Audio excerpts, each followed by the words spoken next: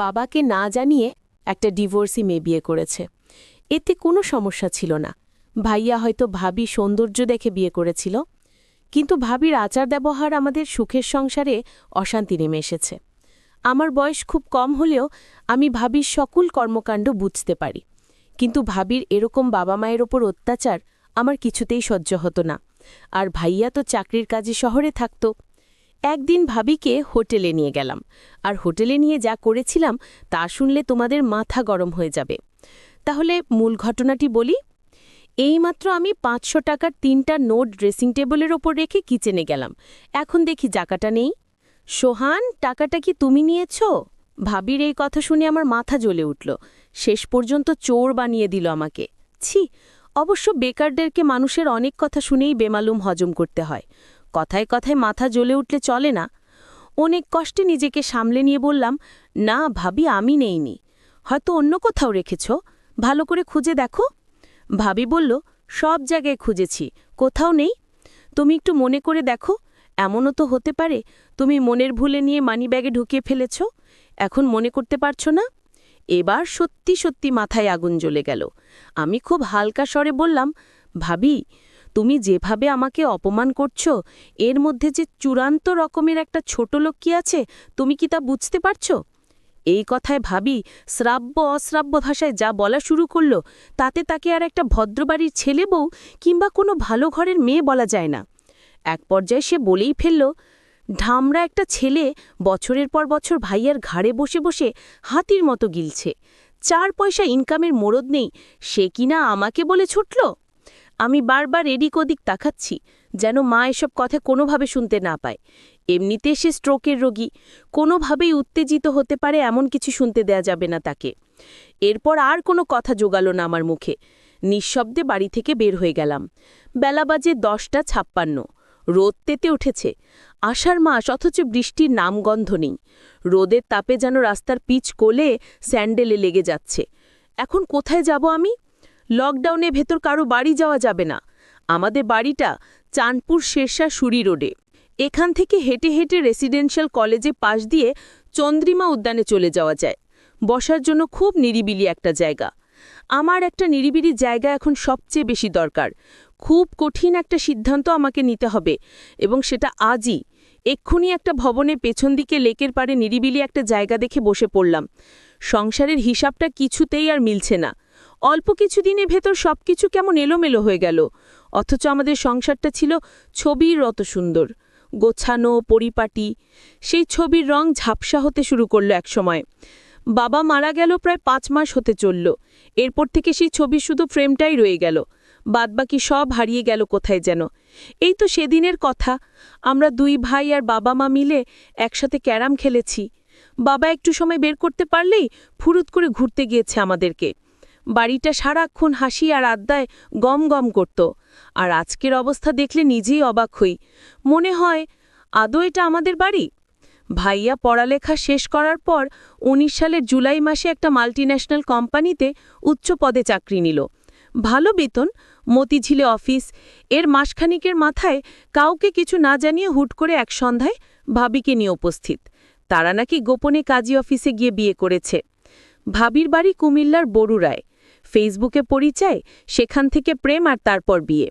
ভাবির এর আগেও একটা বিয়ে ছিল, সেই পরপর আমার ভাইয়ার সাথে তার পরিচয়। আমরা সবাই খুব আপসেট হলাম এই ঘটনায়।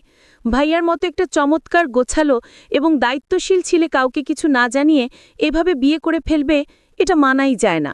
আর তাছাড়া আমাদের বাড়িতে যদি অমত করার মতো কেউ থাকতো, তাহলে ভিন্ন কথা ছিল। আমরা 2 ভাই মোটামুটি বড় হলে বাবা মা আমাদেরকে খুব পরিষ্কারভাবে বুঝিয়ে বলেছে যে জীবনে চলার পথে কাউকে ভালো লাগতেই পারে, এটা খুবই স্বাভাবিক। এমন কিছু হলে অবশ্যই যেন সবার আগে বাড়িতে শেয়ার করি। আজ পর্যন্ত আমাদের 2 ভাইয়ের কোনো যৌক্তিক কাজে বাবা মা বাধা দেয়নি, বরং সবসময় উৎসাহ দিয়ে এসেছে। সেখানে ভাইয়ার কাছ থেকে এটা কেউই আশা করেনি। এই ব্যাপারটা নিয়ে বাবাই সবচেয়ে বেশি আপসেট হয়ে পড়ল। মা তাকে বুঝাতে চেষ্টা করল যে রাব্বি যদি মেয়েটাকে নিয়ে সুখী হতে পারে, তাহলে আমাদের আর আপত্তি করে লাভ কি? যা হওয়ার তা তো হয়েই গেছে। আর তাছাড়া 2 জনের সম্মতিতেই বিয়েটা হয়েছে, 2 জনই ম্যাচিওর্ড। সুতরাং এখন স্বাভাবিকভাবে ব্যাপারটা মেনে নেওয়াই সব দিক দিয়ে ভালো। ভাবির আগের বিয়ে নিয়ে বাবা মা কেউই কোনো কথা তোলেনি এ পর্যন্ত। ডিভোর্স একটা মেয়ের জীবনে খুব দুর্বল একটা জায়গা। সুযোগ বুঝে এই জায়গায় খোঁচা দেয়া কোনো ভালো মানুষের কাজ না। মা শুধু ভাইয়াকে আড়ালে ডেকে নিয়ে সেই রাতে বলেছিল, রাব্বি, তোর বাবার মনে এত বড় দুঃখ দিলি, তার কত পরিকল্পনা তোর বিয়ে নিয়ে। খুব ধুমধাম করে বড় ছেলে বিয়ে দিবে, আনন্দ ফুর্তি করবে। মানুষটা খুব কষ্ট পেয়েছে রে, সব এইটুকুই। অবশ্য ভাইয়া সেই রাতে মাফ চেয়েছিল বাবা মার কাছে। তারপরও বাবা কেমন চুপচাপ হয়ে গেল। এরপর থেকে কখনো আগের মতো সেই চঞ্চল মানুষটাকে আর দেখিনি। মাস তিনিক মোটামুটি ভালোভাবেই চলল সংসারটা। এরপর সাজানো সংসারে একের পর এক ঝড় আসা শুরু হলো। সেই ঝড়ে আমাদের স্বর্গের সেই বাড়িটা তছনছ হয়ে গেল। ভাবির সাথে মার তেমন বনিবনা হচ্ছিল না। একটা পর্যায়ে সংসারের শান্তির জন্য মা সবকিছু ভাবিকে বুঝিয়ে দিয়ে অবসর নিলেন। তবুও শান্তি এলো না। ভাবি চাইল তার আলাদা একটা সংসার, যে সংসারে শ্বশুর শাশুড়ি আর দেবরের মতো বাড়তি ঝামেলা থাকবে না। আমাকে ভাবি নিজে টাকা লুকিয়ে আমার ওপর চাপিয়ে দিয়েছে। ভাইয়া যেন আমায় ভুলে বুঝে আলাদা হয়ে যায়, এটা আমি বুঝতে পেরেছিলাম। যখন এভাবে ভাবি আমায় বাঁচাতে পারল না, তখন ভাবির মনে অন্য চিন্তা ভর করল। আমি সব সহ্য করতে পারি, কিন্তু মা বাবাকে নিয়ে কোনো কথা আমি সহ্য করতে পারবো না। আমাকে ভাবি মিথ্যা দোষারোপ করুক, এতে আমার কোনো সমস্যা নাই, কিন্তু বাবা মাকে নিয়ে কোনো অপমান, এটা আমি সহ্য করতে পারবো না। কিভাবে আমাকে ভাইয়ার চোখে খারাপ বানানো যায়, এই সুযোগ ভাবি সবসময় খুঁজত। কিন্তু আমি তো আর বোকা না যে ভাবির মতলব আমি বুঝি না। বয়সটা হয়তো কম হতে পারে। ভাবি বাবার সাথে তেমন ভালোভাবে কথা বলতো না। ভাবি বাবাকে চা বানিয়ে দিত কোনো রকমভাবে। এতে বাবা মুখ বুঝি সব সহ্য করত। ভাবিকে কোনো কিছুই বলতো না, আমি শুধু চেয়ে দেখতাম। তবে ভাবি দিন দিন মা বাবার প্রতি এক ধরনের অত্যাচার শুরু করলেন। সময় মতো মা বাবার খাবার দেয়া, মা বাবার যত্ন কিছুই করত না সে। আমি মা বাবাকে সবসময় বুঝাতাম, ভাইয়া হয়তো জীবনে বড় একটা ভুল করে ফেলেছে, কিন্তু এই ভুলের মাসুল কি তোমাদের দিতে হবে, এই আমি কিছুতেই হতে দিব না। ভাবিকে দেখতাম, বেশিরভাগ সময় দেখতাম ফোনে কার সাথে জানি কথা বলতো। ভাইয়া যখন বাড়িতে থাকতো না, তখন ভাবি কার সাথে জানি কথা বলতো ফোনে। সারাক্ষণ এই দৃশ্য আমি দেখতে পেতাম। একদিন আমি দেয়ালের ওপাশ থেকে শুনতে পেলাম ভাবি ফোনে বলল, কাল আমার স্বামী বাসায় থাকবে না, তুমি একটু আমার সাথে দেখা করো, জরুরি কথা ছিল। ভাবির এসব কথা শুনে আমি চমকে উঠি। তার মানে ভাইয়াকে এভাবে ভাবি ফাঁকি দিয়ে চলেছে, আর ভাইয়া কিছুই বুঝতেছে না। কিন্তু ভাইয়ার মতো আমি এতটা বোকা না যে আমার চোখ ফাঁকি দিয়ে থাকবে।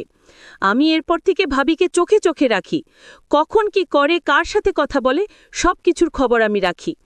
অন্য একদিন ভাবি ফোনে বলল, কাল কিন্তু তোমার আসতেই হবে। আমি এই দিন বাড়ি থেকে এক পাও নড়লাম না। আমি আজ দেখব ভাবির ঘরে কে আসে। আমি অপেক্ষায় রইলাম লোকটিকে দেখার জন্য।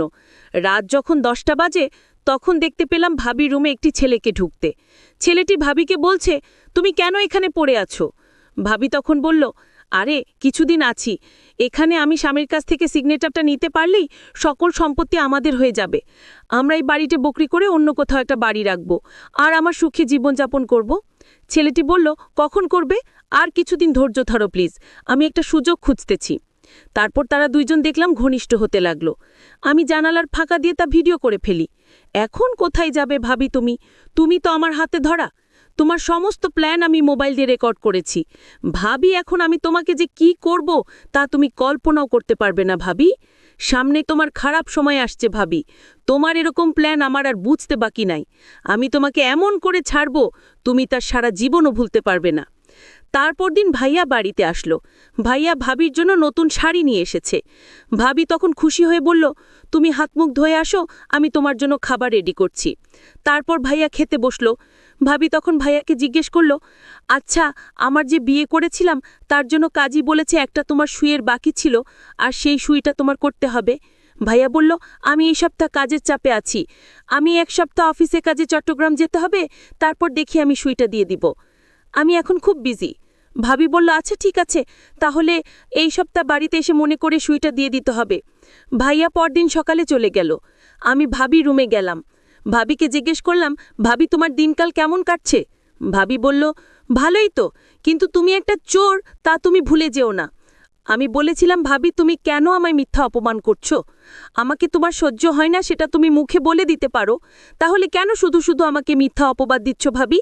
ভাবি তখন রাগান্বিত হয়ে বলল, তুমি এখন আমার রুম থেকে যাও, আমি বললাম, ভাবি, তুমি যে আমায় চোর বলেছ মনে রেখো, ভাবি কে আসল চোর তা তুমি খুব শীঘ্রই জানতে পারবে। ভাবি আমার কথা শুনে কিছুটা অবাক হয়ে গেল। তুমি আমাকে ভয় দেখাও নাকি? আমি বললাম, ভাবি, ভয় না, যা সত্যি তাই বললাম।